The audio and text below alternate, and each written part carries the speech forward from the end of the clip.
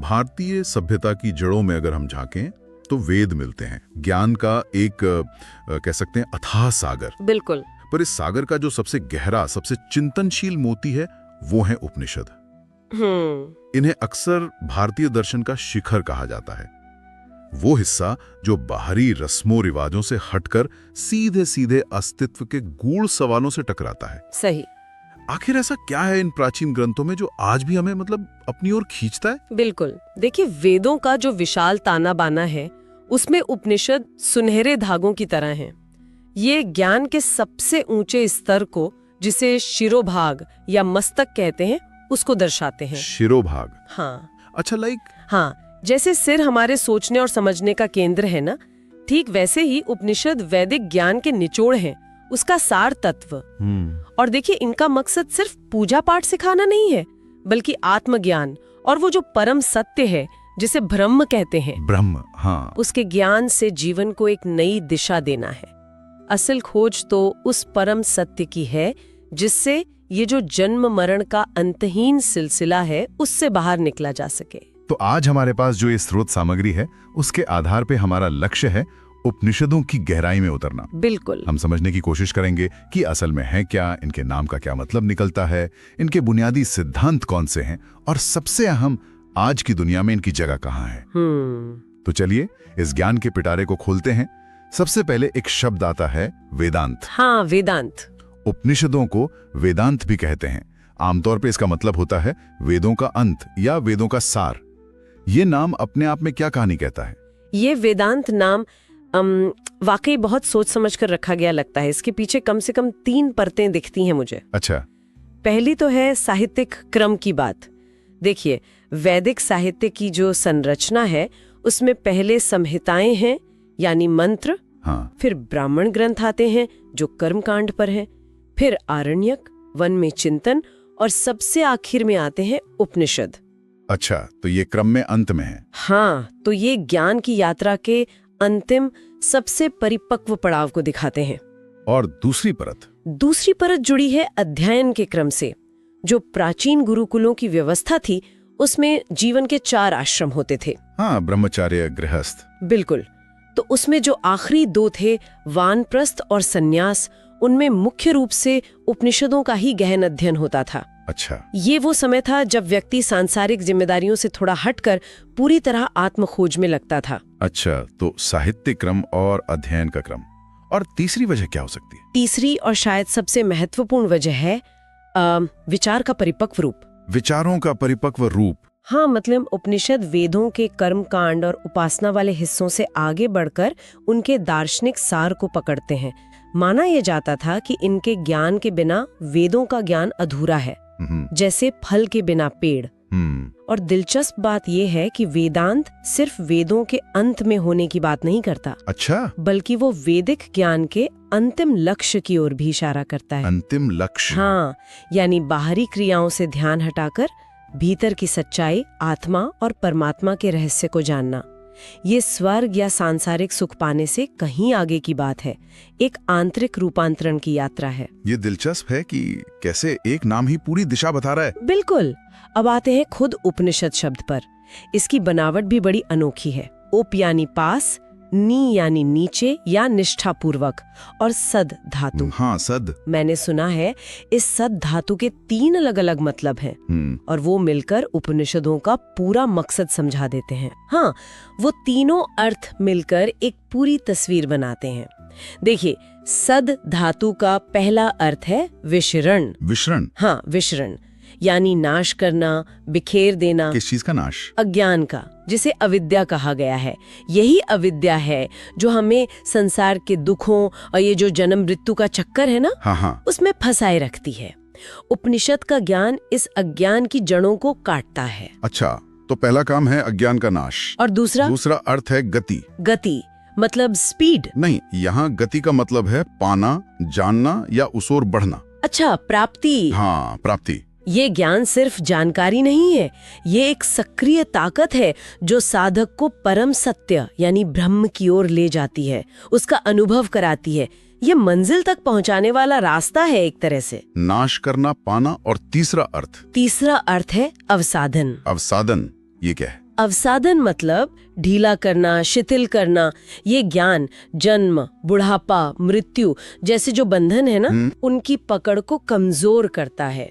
संसार की मोह माया जो हमें जकड़े रखती है, उसे ढीला करता है, जिससे मुक्ति यानी मोक्ष का रास्ता खुलता है। तो ये तीनों मिलकर एक प्रक्रिया बन गए। ज्ञान पहले आपको सत्य की ओर गति देता है, फिर अज्ञान और मोह की पकड़ को ढीला करता है और आखिरकार उस अज्ञान को नष्ट कर देता है। बिल्कुल। ये तो एक तरह की आध्यात्मिक चिकित्सा जैसी प्रक्रिया लग रही है। बिल्कुल सही समझा। अगर हम इसे बड़ी तस्वीर में देखें तो ये तीनों अर्थ मिलकर उपनिषदों के काम करने का तरीका बताते हैं। इसीलिए इसका जो व्यावहारिक अर्थ बना वो ये है, गुरु के समीप निष्ठापूर्वक बैठकर प्राप्त किया गया वो ज्ञान जो अज्ञान का नाश करे, परब्रह्म तक पहुंचाए और सांसारिक बंधनों को ढीला कर दे। इसके गूढ़ और गहरे होने की वजह से ही शायद इसे रहस्य विद्या भी कहा गया है। हाँ बिल्कुल। सोचिए, पाणिनि अपनी अष्टाध्यायी में उपनिषद शब्द का प्रयोग परोक्ष यानी छिपे हुए ज्ञान के लिए करते हैं। है ना कमाल की बात। कहता है कि ये धर्म के गूढ़ रहस्यों को जानने वाला ज्ञान है। इसका मतलब तो साफ है कि ये ज्ञान सबके लिए खुला नहीं था, इसे गोपनीय रखा जाता था।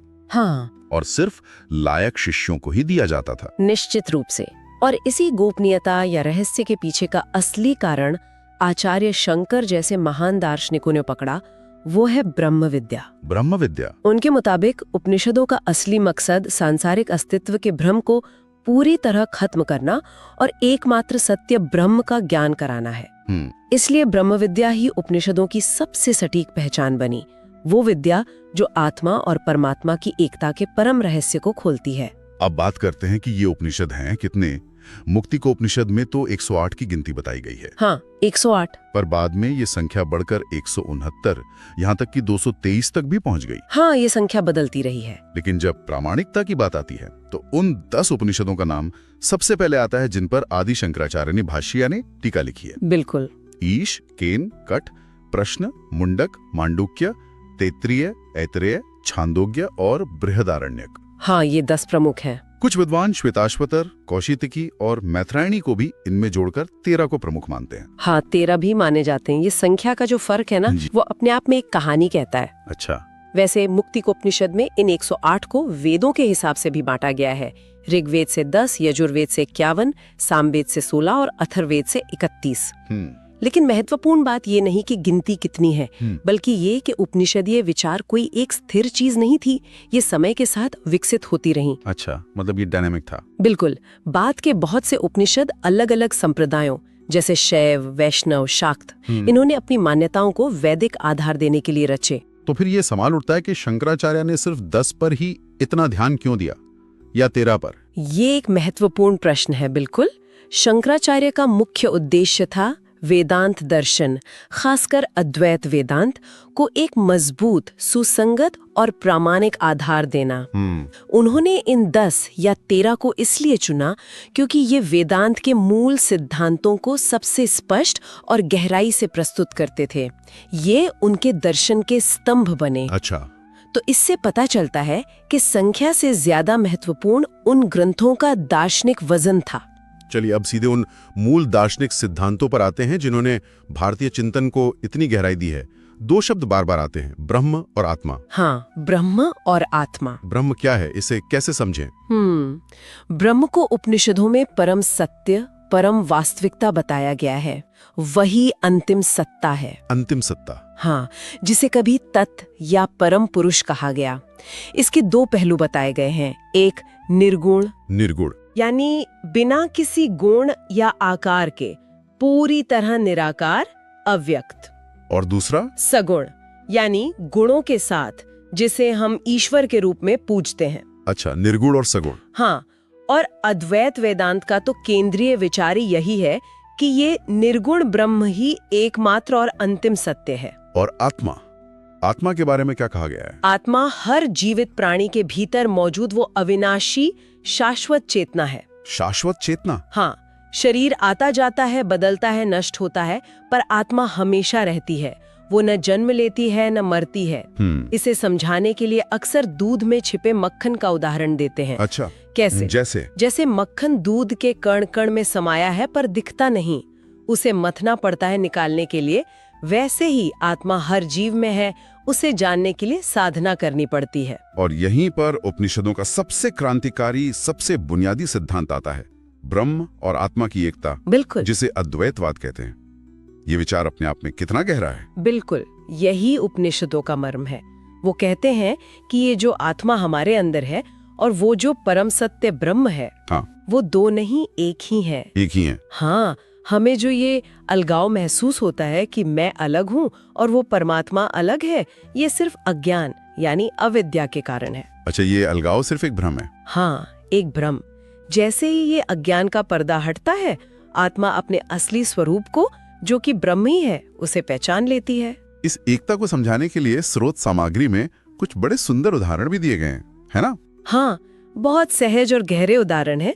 एक है घटाकाश और महाकाश का। घटाकाश और महाकाश। हाँ, मतलब घड़े के अंदर जो खाली जगह है घटाकाश, और घड़े के बाहर जो अनंत आकाश है महाकाश। क्या वो दो अलग आकाश है? नहीं, वो एक ही आकाश है, बस घड़े की दीवार ने एक सीमा बना दी है। सही। जैसे ही घड़ा फूटता है, अंदर का आकाश बाहर के महाकाश में मिल जाता है, वो हमेशा से एक ही था। वाह। वैसे ही अज्ञान का घड़ा टूटने पर जीवात्मा परमात्मा से एकाकार हो जाती है। और लहर और सागर वाला उदाहरण भी है शायद। हाँ, लहर और सागर। लहरें सागर से ही उठती हैं, सागर पर ही खेलती हैं और आखिर में सागर में ही विलीन हो जाती हैं। उनका अपना कोई स्वतंत्र अस्तित्व नहीं होता, वो सागर का ही रूप है। ठीक वैसे ही हम सब जीव उस ब्रह्म सागर की लहरें हैं। और सूर्य और किरणें? हाँ, या फिर सूर्य और उसकी किरणें। किरणें सूर्य से अलग थोड़ी हैं, वो सूर्य का ही प्रकाश है, उसी का विस्तार है। और इसी परम सत्य को सीधे सीधे कहने वाले वो प्रसिद्ध महावाक्य है। हाँ, महावाक्य। अहम ब्रह्मास्मि, मैं ही ब्रह्म हूँ, और तत्त्वम असि, वह तू ही है। बिल्कुल। ये तो सीधे घोषणाएं हैं, लेकिन सवाल ये है कि इस ज्ञान का व्यावहारिक मतलब क्या है? हमारे जीवन पर इसका क्या असर पड़ता है? इसका असर बहुत गहरा और दूर तक जाने वाला है। जरा सोचिए, अगर हर प्राणी के अंदर वही एक ब्रह्म तत्व मौजूद है, तो फिर जाति, वर्ण, लिंग, अमीर गरीब, ऊंच नीच, ये सारे भेद कहाँ टिकते हैं? सही बात है। ये भेद तो बाहरी है, सतही है, भीतर से तो सब एक ही है। ये सिद्धांत सारे जीवों की मौलिक समानता और एकता की नींव रखता है। और जब आप सब में उसी एक तत्व को देखते हैं, तो फिर सत्य, अहिंसा, करुणा, प्रेम जैसे नैतिक मूल्य अपने आप पनपते हैं। अच्छा, ये सिर्फ दर्शन नहीं, ये एक समतावादी और करुणामय समाज का आधार है। और इस ज्ञान का अंतिम लक्ष्य है मोक्ष। हाँ, मोक्ष। उपनिषदों में इसे जीवन का सबसे ऊंचा मकसद बताया गया है, यानी जन्म और मृत्यु के इस कभी न खत्म होने वाले चक्र से पूरी तरह आजाद हो जाना। बिल्कुल। इसमें एक बड़ी दिलचस्प बात कही गई है, प्राप्तस्य प्राप्ति। हाँ, प्राप्तस्य प्राप्ति। यानी मोक्ष कोई ऐसी चीज नहीं है जो हमें कहीं बाहर से लानी है, वो तो हमारा असली स्वरूप ही है, जिसे हम भूले हुए हैं, उसे बस फिर से पाना है, पहचानना है। सही कहा। बृहदारण्यक उपनिषद का एक प्रसिद्ध सूत्र है, ब्रह्मविद ब्रह्म एव भवति। ब्रह्मविद ब्रह्मेव भवति। हाँ, यानी ब्रह्म को जानने वाला स्वयं ब्रह्म ही हो जाता है। वो कहीं जाता नहीं, कुछ बनता नहीं, बस अपने असली स्वरूप को जान लेता है। जैसे पानी की एक बूंद जब सागर में मिलती है, तो वो सागर ही हो जाती है, अपना अलग अस्तित्व खोकर अनंत में मिल जाती है। मोक्ष आत्मा का अपने मूल स्रोत ब्रह्म में वापस मिल जाना है। तो सवाल यह है कि इस भूले हुए स्वरूप को याद कैसे किया जाए? इस अज्ञान के पर्दे को हटाया कैसे जाए? मोक्ष तक पहुंचने का रास्ता क्या है? उपनिषदों ने मुख्य रूप से ज्ञान मार्ग पर जोर दिया है। ज्ञान मार्ग, उनका कहना है कि अज्ञान को सिर्फ ज्ञान की तलवार ही काट सकती है, और ये ज्ञान पाने की एक व्यवस्थित प्रक्रिया है, जिसकी 3 चरण हैं: श्रवण, मनन और निधिध्यासन। श्रवण, मनन, निधिध्यासन। ये सुनने में थोड़े तकनीकी लगते हैं, इन्हें थोड़ा और खोलकर समझाएंगी? जरूर। श्रवण का सीधा सा मतलब है सुनना। सुनना। लेकिन सिर्फ कानों से सुनना नहीं, बल्कि पूरी श्रद्धा और खुले मन से गुरु के मुख से वेदांत के उपदेशों को सुनना, उन्हें ग्रहण करना। ये ज्ञान प्राप्ति का पहला कदम है। अच्छा। फिर आता है मनन। मनन यानी जो सुना है उस पर गहराई से विचार करना, तर्क करना, चिंतन करना, अपने सारे शक और सवाल दूर करना। ये सुनी हुई बात को बुद्धि के स्तर पर पूरी तरह अपना बना लेना है। इंटेलेक्चुअल लेवल पर। हाँ, और तीसरा निधिध्यासन। निधिध्यासन, ये सबसे अहम पड़ाव है। निधिध्यासन का मतलब है ध्यान और निरंतर अभ्यास के जरिए उस समझे हुए ज्ञान को अपने अनुभव में उतारना, उसे जीना। अच्छा, अनुभव में उतारना। हाँ, ये सिर्फ सोचने या समझने की बात नहीं रह जाती, बल्कि वो ज्ञान आपकी चेतना का हिस्सा बन जाता है। आप उस सत्य का सीधा अनुभव करते हैं। तो ये पूरी प्रक्रिया सुनने से शुरू होती है, बुद्धि से गुजरती है और अंत में अनुभव पर जाकर पूरी होती है। बिल्कुल, ये सिर्फ फिलॉसफी नहीं, ये एक प्रैक्टिकल गाइड है खुद को बदलने की, अपने असली स्वरूप को पाने की। वाकई ये सिर्फ बौद्धिक ज्ञान नहीं, एक पूरी जीवन यात्रा है ना? अब अगर हम भारतीय दर्शन और संस्कृति पर इनके प्रभाव की बात करें तो कहा जाता है कि उपनिषद तो भारतीय दर्शन की गंगोत्री हैं। हाँ, उद्गम स्थल कह सकते हैं, जहां से सारे विचार निकले हैं और किसी भी दर्शन की परख के लिए ये कसौटी का काम करते हैं। बिल्कुल सही। वेदांत दर्शन की जो 3 मुख्य धाराएं हैं, शंकर का अद्वैत, रामानुज का विशिष्टाद्वैत और मध्व का द्वैत, इन सब की जड़ें उपनिषदों में ही हैं। इसीलिए तो उपनिषद, ब्रह्मसूत्र और भगवद गीता, इन तीनों को मिलाकर प्रस्थानत्रयी कहते हैं। प्रस्थानत्रयी, हाँ, जो वेदांत दर्शन का आधार है। लेकिन इनका असर सिर्फ वेदांत तक ही सीमित नहीं है। मतलब और भी दर्शनों पर इनका प्रभाव रहा है।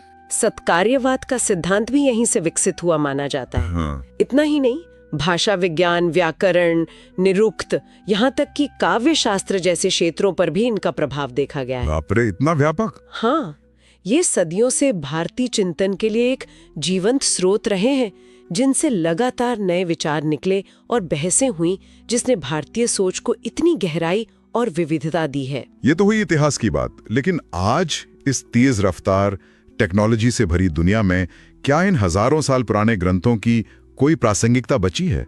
ये सवाल बहुत जरूरी है। कुछ लोग तो आधुनिक विज्ञान, खासकर क्वांटम फिजिक्स और उपनिषदों के विचारों में गहरी समानताएं देखते हैं। हाँ, देखते हैं। जैसे विज्ञान कहता है कि मूल स्तर पर सब कुछ ऊर्जा है, और उपनिषद कहते हैं सर्वम खल्विदम ब्रह्म, यानी ये सब कुछ जो दिख रहा है वो ब्रह्म ही है।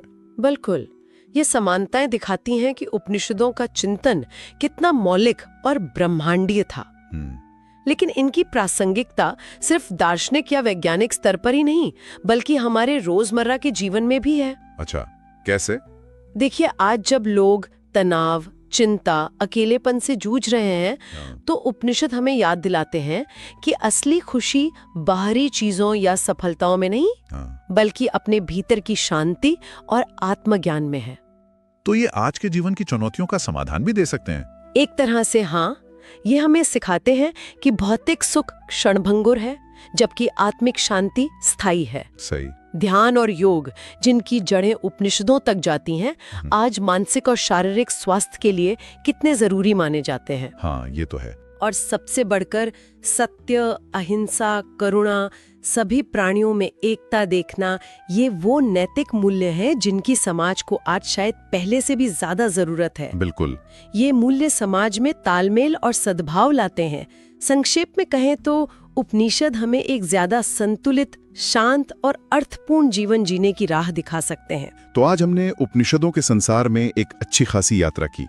हमने समझा कि वो क्या हैं, उन्हें वेदांत क्यों कहते हैं, उपनिषद शब्द के पीछे का गहरा मतलब क्या है, उनके केंद्रीय विचार ब्रह्म और आत्मा की एकता, मोक्ष की अवधारणा, और कैसे इन विचारों ने न सिर्फ भारतीय दर्शन और संस्कृति को गढ़ा, बल्कि आज भी हमारे लिए मायने रखते हैं। हाँ, और ये पूरी चर्चा एक दिलचस्प सवाल पे लाकर छोड़ती है मेरे ख्याल से। क्या सवाल? हम सब ने अहम ब्रह्मास्मि, मैं ही ब्रह्म हूँ के सिद्धांत के बारे में सुना और समझा। हाँ। लेकिन इस देहंग ज्ञान के प्रकाश में एक आम इंसान अपनी रोजमर्रा की जिंदगी में, अपने काम में, अपने रिश्तों में इस बोध को वास्तव में जी कैसे सकता है?